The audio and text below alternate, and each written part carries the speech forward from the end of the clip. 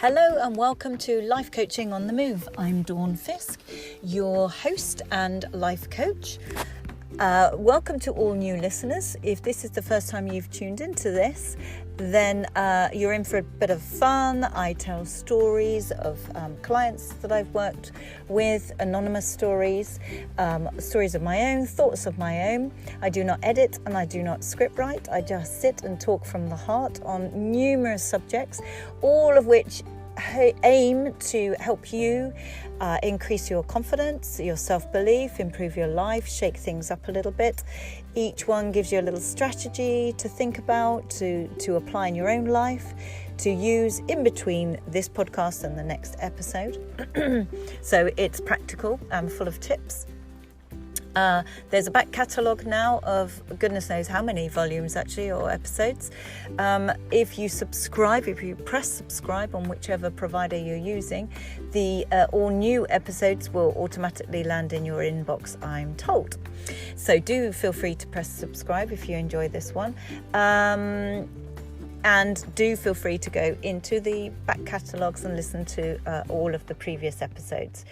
If you're one of my regular listeners, welcome back. It's great that you're here again today.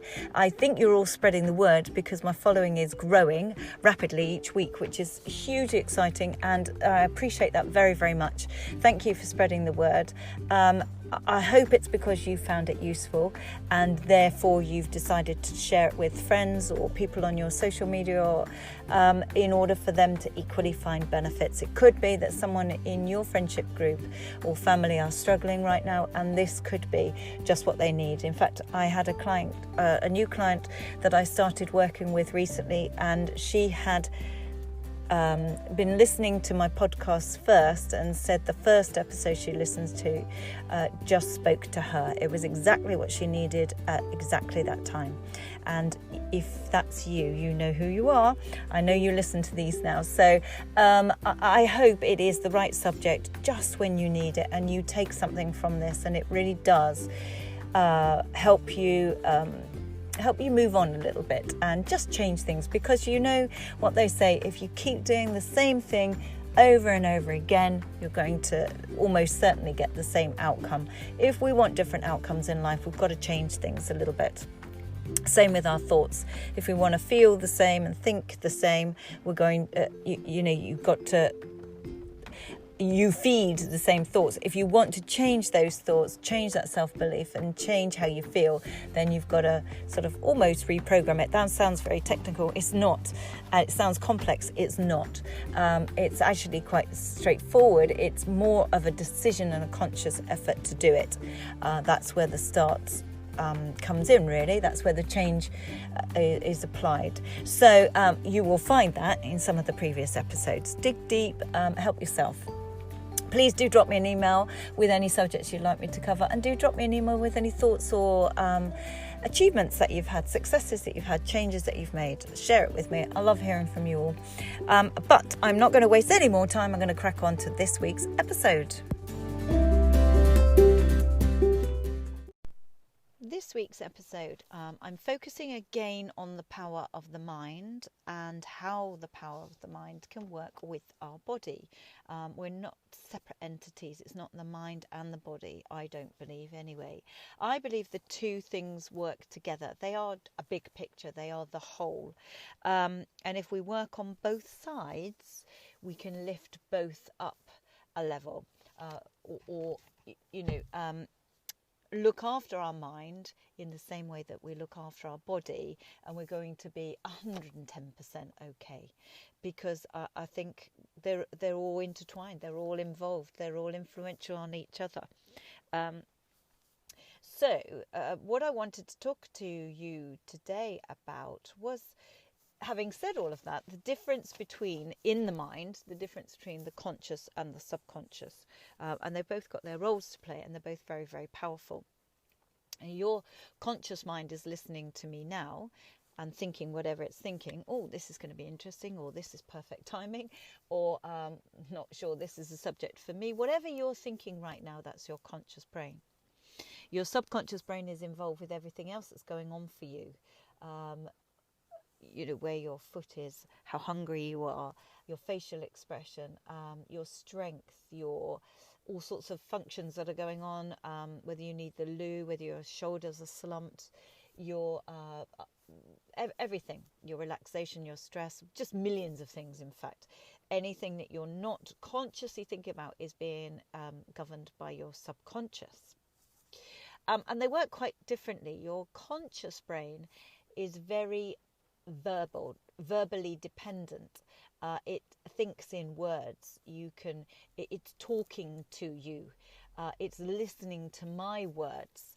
That chatterbox in your head, the words that you use, the phrases that you say to yourself, the beliefs that you run, all come to you via the verbal route. So it's very word driven. The subconscious, though, is very it's very about images, pictures, visualization, the senses, emotion. It feels things, it senses things. When you talk about your intuition, or it just doesn't feel right, that's very much the subconscious working. This is why the subconscious is involved with all our dreams. Our dreams are very visual. We don't often speak. There isn't often a speech. It's not to say that there's no talking in your or communicating in your dreams, but it's not often. It's not often verbally based. There's lots of, you feel things when you wake up mid-dream. You might feel scared or feel anxious when you wake up, or stressed or frightened if it was a nightmare. It's very much emotionally driven and very visual. You're running away from something, or you're stuck in mud, or you're trying to climb up something and you keep falling, or it's a happy dream and you're very in love, or it's very emotionally driven, and that's the subconscious working things through. So the two parts of our brain work quite differently. So that is why I think I have mentioned in previous episodes the power of visualization. The brain doesn't know the difference between visualizing yourself doing something and actually physically doing it. The same neurons and the same pathways are being fired in your brain if you're visualizing something compared to if you're actually physically doing it. If you're on a monitor and all wired up on your brain, and your brain activity is being monitored on a screen by all the experts, the same neuronal firings are going on whether you're doing it or just thinking about it. In the same way, I suppose, actually, that in your subconscious, when it's busy dreaming, you get the same emotions provoked. So you can wake up from a very vivid dream, really upset, or really affected by that dream, which is why it can stay with you all day. It keeps coming back to you, or perhaps even a few days. It is so powerful what a dream can do to you. And that's because it's conjured up all the same images and all the same emotion. And you, in every sense of the word, you were fully present in that dream, fully there. It was completely real, completely tangible, until you realised, and you woke up and you realised, oh my God, thank God that was a dream, or whatever. But whilst you were in it, it felt very, very real. That's the power of our subconscious brain and our mind, and what it can do for us. But we can use that to our advantage. If we know that, we can use it. And I have talked about visualizing yourself doing something the way you want to do it, and how powerful that can be. But in order to make it even more powerful, in order to up that, and I haven't talked about this previously, we need to involve all the senses. So I think in a couple of episodes ago, 4 or 5 episodes ago, I actually talked you through a proper visualization in a cinema, where you're sat in the cinema, observing yourself on the screen, having the life that you would love, actually seeing it, seeing yourself in it, seeing yourself with certain people? Who were they? Doing certain things? What was it? Where were you? How did you feel? And I got you to tap into all of those emotions. If there was sound, I asked you to turn it up. If there were any colours, turn the intensity of those colours up. If you had feelings about it, really intensify those feelings, let them wash all over you. That's tapping into all of the senses. And that's a really powerful visualization to do. So if you've got things cropping up and they're quite important, there's a lot behind them. There's quite a lot at stake. I'm working with somebody, getting him ready to do Father of the Bride speech, and he's a little bit apprehensive, or he was very, very apprehensive, very nervous. That's why he came for coaching. He's actually now almost at the brink of feeling totally ready. He feels a lot better. He's almost at the point of feeling totally ready and, in fact, exciting by it. He was petrified. Now we're turning that round so that he can visualize himself there. He's starting to see himself stood up in front of everybody. He knows his speech a little bit more. He can visualize them all laughing. He can visualize his daughter's reaction. He can see everybody standing up when he proposes a toast. He can hear them toasting. He's getting all the senses involved, and the more he does that, the more it shrinks down his nerves.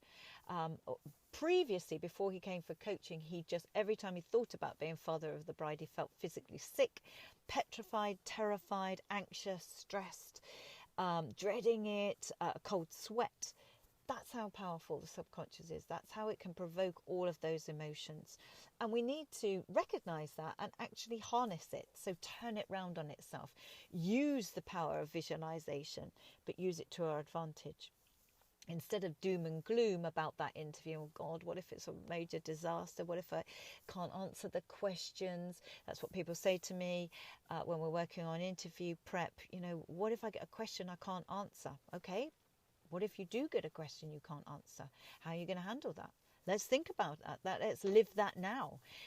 You're going to handle it confidently, even though you don't know the answer. Confidently tell them that you don't know the answer. Confidently assure them that you'll go and find that.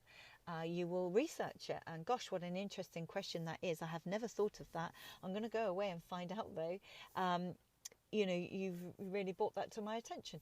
A confident answer rather than try and lie or fluff it up or lose your confidence and let your confidence deteriorate and go downhill from thereafter for the remainder of the interview. No, just answer confidently. The same when you're doing a presentation. People say to me, well, I hate the questions at the end because I'm terrified they're going to ask me something I don't know. Really tricky question. What if they do ask you something you do? It doesn't matter.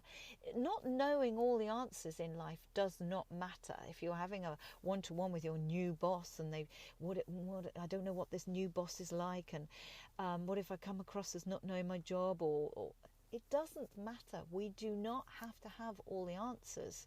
What does matter is how we handle not knowing, how we confidently say, gosh, I've never ever thought about that. Gosh, that's the first time I've ever been asked that question. What an interesting question. I don't know at the moment, but I'm certain to find out and I will get back to you. Or you can throw it open to the audience. Does anybody else know the answer to that or have any thoughts around that? Just handle it confidently and still remain in control of the audience, control of your speech or your presentation, and most importantly, in control of your own emotions. So same whether you're giving a speech, Father of the Bride, or a best man speech, or a groom, or whatever it is. Same as presentation at work, same as pitching to customers, same if you're running your own business and you're pitching to somebody new or trying to widen your client base. Just do it with confidence. Just believe in yourself. And of course, you can do that in advance by running scenarios through your mind, running movies in your head, like the cinema screen, seeing yourself doing whatever it is in the way you would like to be doing it. Hear what you're saying, feel it, get all of those senses involved. Sense of smell in the room or the auditorium or the interview.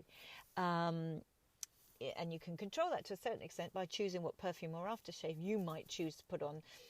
And do that while you're preparing, do that while you're rehearsing, so you've got the same sense of smell. Get all of your senses involved. And the more you do that in your visualization, the more powerful the visualization is. Athletes that do this all the time in preparation for a huge event or a huge match or competition, they hear the crowd, they feel it, they feel the wind going past them as they're sprinting on that track. They feel the heaviness of the weight if they're lifting a weight. They've felt it all, they've heard it all, they've seen it all. They get all the senses involved. They see the colours, they hear the crowd. They hear the start gun, they hear the ball on the willow cricket bat if it's cricket, they hear the ball as it bounces if it's tennis, those sorts of things. So I cannot underestimate how powerful it is. In fact, for a little demonstration that you can do, actually, if you're at home or you're somewhere where it's acceptable to do this, it requires standing up and doing something. So if you're in a big office and you're listening to this whilst at work on your headphones, while you're filing or something, you may not want to do this. But if you're in an environment where this is okay, or pause and do it later when you're at home or something. If you stand up now and you've got a nice clear space all around you, a few feet of clearance all around you, stand with your feet forward and your hips forward, everything pointing forwards, and feet hip width apart, nice and strong and steady and upright. And I want you to, if you're right-handed, then put your right hand up and put your thumbs up. Do a thumbs up sign, so in front of you. So put your arm up to shoulder height with your thumb up, as if you're giving someone a big thumbs up. So it's outstretched, your arm right in front of you, in front of your body. And look at your thumbnail. If you're left-handed, obviously do this with your left hand. So look at your thumbnail, and now I want you to keep your hips forward and turn from the waist. And I want you to turn round, if you're right-handed, round to the right. If you're left-handed, turn round to the left. So basically you're moving your arm around as far round as you can go by keeping your hips forward and just moving from the waist. And when you've rotated round to move your thumb, so your eyes follow your thumb, so your upper body follows it round. And then when you get to as far as you can go, notice on the wall where you reached.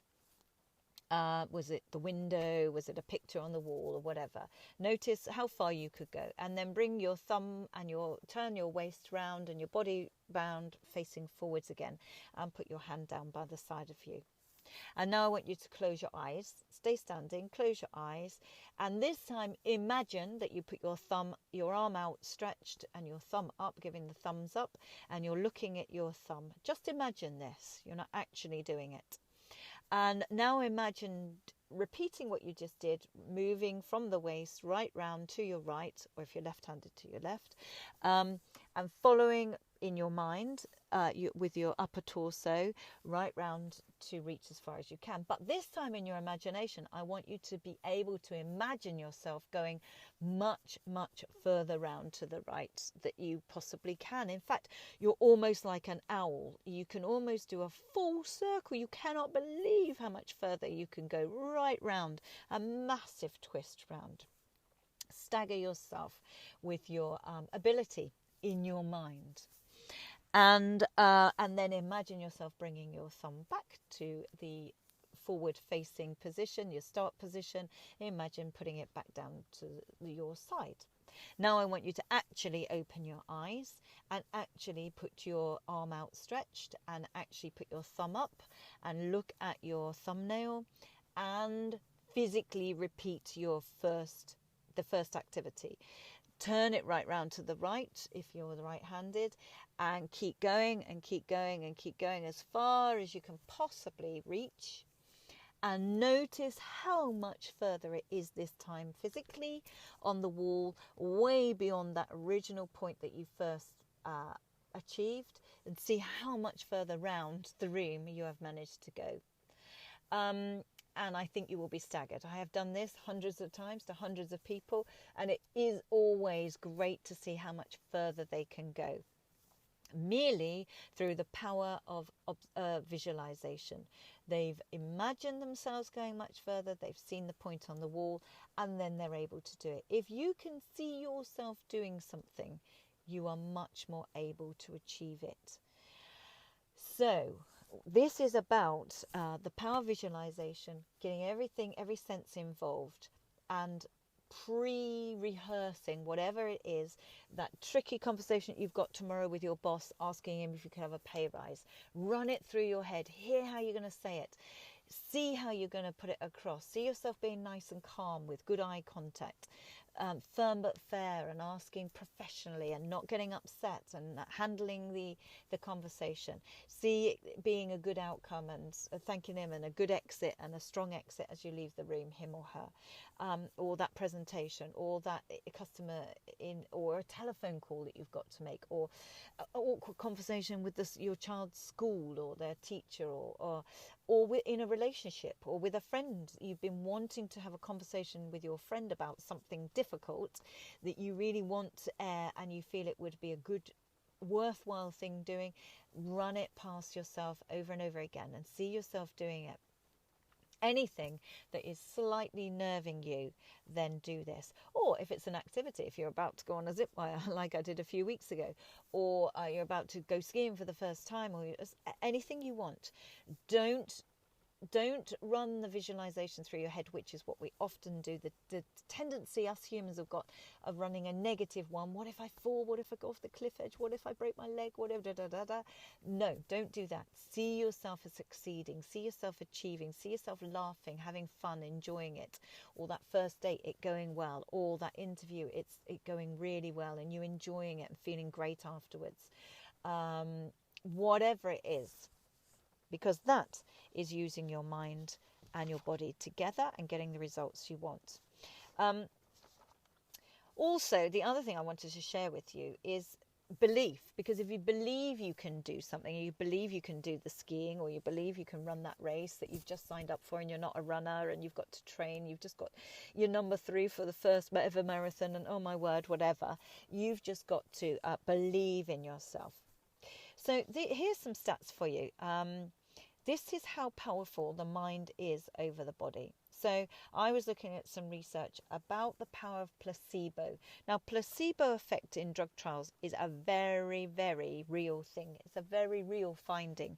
Pretty much all pharmaceutical drug trials, no matter what the condition that they're trying to treat, and no matter what the medicine or the new approach, the new medication is, there's almost always, if not always, a placebo effect. When people believe they're in a new drug trial and there's a new hope for them, then they find some improvement in their condition. And they now build that into the equation. They build that into the research. With headaches, for example. Headaches, arthritis and hot flushes. So different trials where they were looking at different treatments for those 3 conditions, they found a 33% on average placebo effect, where in fact they were only receiving a sugar treatment, no real medication at all. 33% genuinely experienced improvement in their headaches, or arthritis, or hot flushes. Now, for somebody, believe me, who's had hot flushes, you do not make those up. You hate them. You don't want them. You cannot. That is not in your mind. Arthritis, equally, I've got that in my hands and thumbs. It's a horrible feeling. It's very painful. Burning feeling, rigid movement, limited movement, etc. Headaches, of course, can be debilitating. So 33, that's a third of all the patients in the study group found a placebo effect from sugar treatment. Depression. All of the studies with depression and antidepressants, they find up to 50 or 60% placebo effects on antidepressant drug trials. That's huge. That's 2/3 almost of patients believing they're on a new antidepressant and feel a real benefit to their levels of depression as a result. That has got to be a good thing. Other studies find up to 75% effectiveness of antidepressant medicines. There we go, 75, that's 2/3. no, 3/4. Must look at my maths. 3/4 of the study group found effectiveness in antidepressants, even though it wasn't antidepressants, it was placebo treatment. So in the 1960s, I was looking at angina treatments as much relief in the sham surgery group. They call it sham because they haven't actually had the full surgery. They found those in the sham surgery had as much relief as those who had the full surgery. The same in a back surgery. I was looking at that back surgery where the sham surgical group indicated 40% of them indicated less pain and more mobility, and they'd only had the incisions. They didn't know whether they'd had the right keyhole surgery or the right surgery on the back. They'd gone through the motions of the procedure, but they didn't know whether they'd actually had it. 40% reported indicated or less pain and more mobility. And knee surgery where they only made 3 little incisions in the knee. They didn't actually do the clearing and the cleaning and all the treatment of all the pain provoking, I don't know what it is, sort of bits that are all floating around. I don't know if it's inflammation and the tendons, I'm not sure. But in the sham group, those that reported less pain and improved mobility still did 10 years later. They never actually had the surgery. 10 years! That is incredible. Can you imagine the reduced pain treatment they've had to take, the improved lifestyle they've had as a result? For 10 years, even though they didn't have the surgery, they could move better and they felt better, less pain. That means better sleep. It means less stress because of pain. Long-term stress can be very stressful. Long-term pain, can be very provoking. It can really drag you down. It can be debilitating. It can bring in a little bit of low-level depression. It's horrible to live with long-term pain. Those who didn't even have the surgery reported 10 years later an improvement. So that is incredibly powerful. So we do have to really, really get the mind involved with these things, because what they're saying there is it's not that the illness or the pain or the surgery was in their mind in the first place. No, not at all. It's very, very real. What they're saying is because they believed they were receiving some newfangled, great, highly successful surgery or this new treatment, this new hopeful treatment for their illness, because they believed there was a chance they would get better, their brain kicks in and starts to help, the subconscious starts to help improve their condition and improve their symptoms. I was listening to, I know I've mentioned this before on previous episodes, a great podcast. I love this podcast called Don't Tell Me the Score, which you can get through the BBC website. It's a BBC radio podcast by Simon Mundy, Mundie. Don't Tell Me Score. You do not have to be sporty at all to get loads out of this podcast. It's lots of sports people, one way or the other, nutritionists, coaches, through to the athletes themselves. But they draw on life lessons that they've gained through sport that is very transferable to our everyday lives. Things on motivation, fear, resilience, all sorts of things. And I was listening to one of those just a few weeks ago. He was a rugby player, I think, and he got very injured just before a massive competition. And he was told he would be out, by all of the experts, he would be out of action for 6 weeks. That was pretty much the whole competition.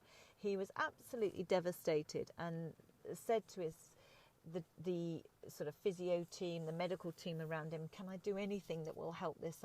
This can't be. And he was told to visualize himself improving, visualize the pain going, focus on the injury point, focus on the pain, and visualize. And he did it. He was saying on the interview that he did it at least 3 times a day. He could visualize all his cells in his body improving, little fighter cells going there to fight the inflammation shrinking and depleting. He visualized all of that at least 3 times a day. He visualized himself being able to move more, run more, be more mobile, the pain feel less and less and less. He was back on the pitch in a game within 2 weeks by doing that. He believes, he's absolutely adamant that that is what did it. The whole team was staggered. He was staggered but not surprised. He threw everything he had at it because he had nothing to lose and everything to gain, and it worked. I remember when I was very, very unwell a few years back, and in hospital, having a horrible time actually, with lots going on, lots of horrible medical conditions. But one of those, as a side effect of that a blood disorder that I had, I also had 2 mini strokes. As well as other things going on, and it was very touch and go, and it was a very serious condition. And one night I think I'd got very, very emotional, very upset that things weren't turning around, they weren't looking good. In fact, it was all deteriorating, and very scared. And I ended up with the nurse sat on my bed late that night because the results of my latest results had just come through and they weren't good, and I got very upset for the first time in all of it. I got very upset. And she sat listening to me, etc. And the byproduct of that was I ended up, once she left my room, put the lights down and said, get some rest. I had a terrible, terrible headache, horrendous headache. And I think now it was everything. It was all the emotion. It was all the stress, the fear, the anxiety. It was everything that was going on. But it was a blinding headache. It was just really painful. But for me, I was more concerned that was this going to be another stroke. I was petrified that there was going to be another mini stroke or TIA. And I really wanted the headache to go. It was really frightening for me. It's now very late at night. It's very quiet. The whole ward was very quiet. It was dim in my room, very dark. And you go to very dark places in your mind. And I was petrified. Is this going to be another TIA? Am I... what's going to be the end result of that on top of everything else? And so I remembered what we'd been taught when we were training to be coaches. And one strategy we were taught was how to help a client move pain. Particularly a headache is a good one to do with a client because it's quite an easy, well, not easy, that's the wrong word, but quite a practical one to work on when a client's got a headache because of the tension or they're upset, etc. And I remembered this, and I'd done it with clients, but I'd never actually done it on myself, ever. And I realised, amongst many other techniques that I started to use through that difficult time to try and coach myself out of this terrible time that we were having, and health-wise, I realised right now I need to use one of my own tools that I use with others and test this out and try and help myself. That actually was the turning point of when I realised I've got to start fighting this and using everything I know in my toolkit, and for the first time ever, properly apply all of my tools on myself. So I tested them out. And so one of the ways that we'd been taught when we were training was to get the person to really tune in to the headache, if that's what you're working on. So what I did, I applied it all to myself. I took it step by step. And again, it's getting all the senses involved. So I kind of worked out, where is the pain? I isolated it in my mind. Where is the pain? I could see it. I could go right into that pain. I could visualize it. Focus my whole mind on that place in my head. And you can try this. You try this. Have a go with yourself if you get a headache or something like that. Play with it. You can do no harm, and it will help. So then you need to get it visual. You need to make it sort of almost become a thing visually, this headache. So you have to ask, with a client, I have to ask, what colour is it? What colour? Although that question sounds bizarre, what colour is it? Not many people look at you and as if you're mad and say, what? It isn't a colour. They'll all go with you. You just tell them, go along with me on this. And they do. So I asked myself all the questions I've been taught. What colour is this headache?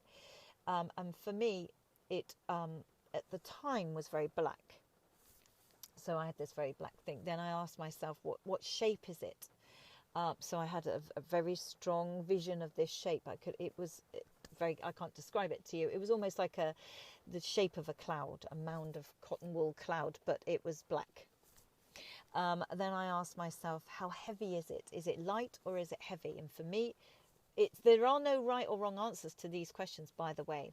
For me, it was very, very heavy. How thick is it? Is it light? Is it like a cloud, or is it very heavy, very thick, very solid? For me, it was very solid. So I had this image of this particular shape, like almost like a cloud shape, very black, very heavy, very dense.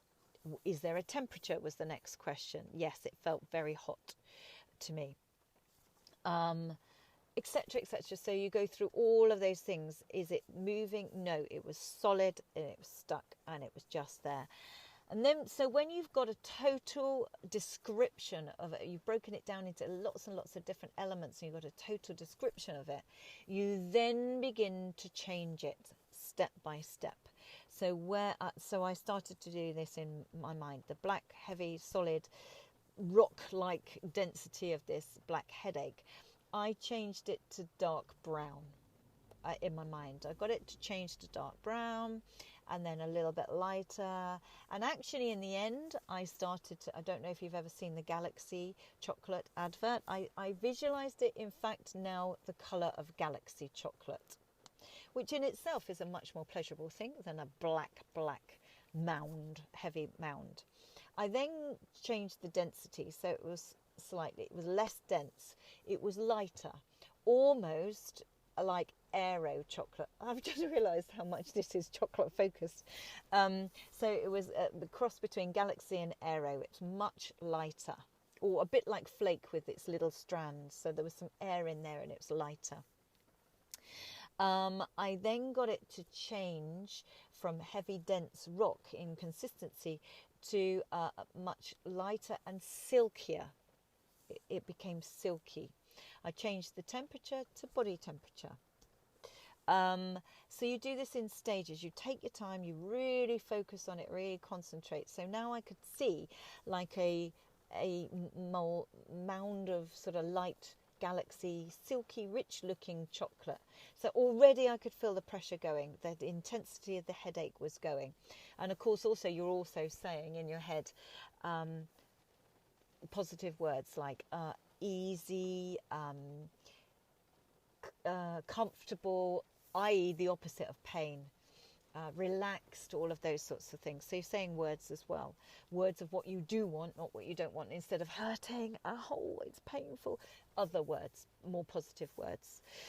And then I kept moving it, kept changing its shape, its consistency. And in the end, I do remember this vividly. This was 9 years ago, but I still remember it now. I changed it to the point where I think in one of the Galaxy ads, there is actually silk scarf or some silk material blowing in the wind, or a silk curtain or something, when the actress is on the bed eating her Galaxy bar of chocolate. I think there's some silk somewhere. So in the end, I changed the whole consistency to silk, thin, beautiful, shiny, silky material, and I made it flap in my head a little bit like a flag or a scarf or a curtain, a very light silk curtain with an open ajar window. So it was now moving, it was just slowly flapping, a little bit like a little wave around in my head. I made it smaller, I made it lighter, I made it a beautiful colour, a more positive colour. And in the end, my end point was where I said, through this visualisation, it's going to just fly and flap away. Literally just float off in the air and flap away. And that's the last of the pain. As it was easing anyway, I got it to ease away completely in my visualisation, that this little, like almost now a silk, much smaller little handkerchief, a mini little silk handkerchief, beautiful piece of very thin, delicate silk in this Galaxy beautiful brown silk, just flew away. And that took, and I genuinely mean this, I have never shared this with anybody actually, I genuinely mean this, it took away the headache. And I slept, I got some rest and got some sleep. So and I still do this now to these days. I've got a bit of tennis elbow at the moment, and when I'm led in the bath, in an Epsom salt bath, which I have mentioned to you before, I actually visualize the hot burning that I've got in my elbow, my tennis elbow. I see that and visualize that is easing. I visualize all my cells. Later, throughout that episode in hospital, every time I was put on the machine, I had to go on a machine 3 times a day that took my blood and platelets out, spun it, cleaned it, put it all back in, and donated blood and platelets. So I was wired up to an apheresis machine 3 times a day. Every time I was on that machine, I spent my time visualizing all the blood in my body being really clean, really, really healthy, getting much better, getting much stronger. I visualized my blood results that night being much higher. I visualized the nurse coming into the room and saying, "Oh my word, they've really improved today. This is going in the right direction. We'll have you home soon. You're getting much stronger," and so on and so on and so on. So I made myself go on that journey in my mind of what I was hoping was happening. I got my body to visualize the treatment working, to return much cleaner, much stronger, etc. So you can really, if those placebo studies indicate anything to us, it's the power of belief. The belief that we're getting better makes our body start to improve our arthritis or our hot flushes or our Parkinson's disease or our all the ailments that people were being treated for in these trials. They genuinely did improve, even with the sugar treatment. So when we're in hospital, when we're in an interview, when we're going on our first date, when we're having an awkward conversation, we can throw all our visualization into it and make what we want to happen. Even in a new chemo group, I may have mentioned this in a previous episode, they were all told they did not know whether they were really receiving a new chemotherapy or no chemotherapy at all. They did not know that. They knew they didn't know that. But they were all told that if they were receiving the new chemo, then they had a strong likelihood they would lose their hair. In the control group or the sham group, or what they call it different things, in the control group, 30% of them lost their hair. So they hadn't actually received the chemo, but they still lost their hair just through the belief that there was a massive chance they would. You can't make that happen. That is an incredibly profoundly powerful result in terms of the power of the mind over the body and getting physical changes. So I really hope that today's episode has just been another refresher. If you've listened to past episodes, we've touched on this so many times, but I don't apologize for that because it is so profoundly important. We have to say the right things in our mind, the things that we want to believe, the things that we want to happen. We have to change what we're saying in our mind to change our belief system. And our belief system impacts massively on the subconscious, and our subconscious is massively powerful and involved with what we ultimately end up doing and achieving and feeling. So it all impacts on all of it. It's a big it's a cycle. It all knocks onto each other. So if you want to make changes, change what you're saying in your head and do lots of visualization. Just let your daydream about how you want it to go. Just see it all and try it with some pain or a headache. Or if you've got a child that's "Mummy, I've got a headache," try it. Children love this. If they don't know why you're saying what you're saying, but you'll say, where is the tummy ache? Where is the headache? What colour is it? And they'll instantly give you an answer, because children have got none of the barriers that we've formed as we've grown up and put our boundaries up, and we've lost that childlike sense of play. A child will still go with you. I remember, I hadn't planned to say this, but I remember when my boy was having nightmares because we had left them with a babysitter and they'd stayed up a little bit later, and the babysitter had allowed them to watch a police camera action programme.